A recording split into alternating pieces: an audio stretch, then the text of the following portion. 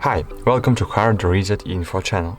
In this video I want to show you how to clean your Xiaomi Pad 5 USB charging port using household items.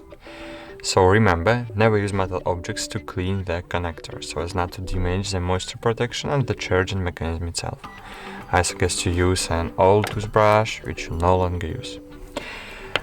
And as you can see, there is a piece of paper in my charging port that's preventing the charging cable from going all the way into the connector, and now we are going to try to clear it.